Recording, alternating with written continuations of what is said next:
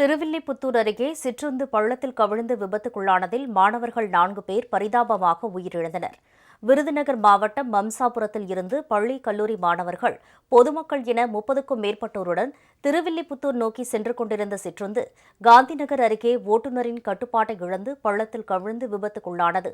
இதில் சதீஷ்குமார், நிதிஷ்குமார், வாசு, ஸ்ரீதர் ஆகிய 4 மாணவர்கள் நிகழ்விடத்திலேயே பரிதாபமாக உயிரிழந்தனர்.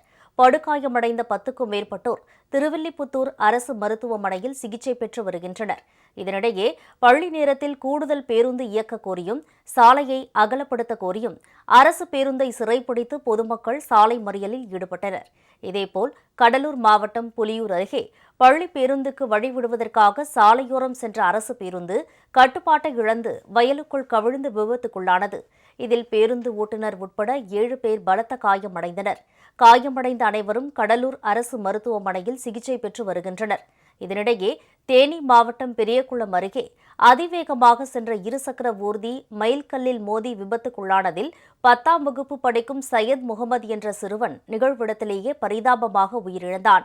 பின்னால் அமர்ந்து சென்ற முகுந்தன் என்ற சிறுவன் படுகாயங்களுடன் மருத்துவமனையில் சிகிச்சை பெற்று வருகிறான்.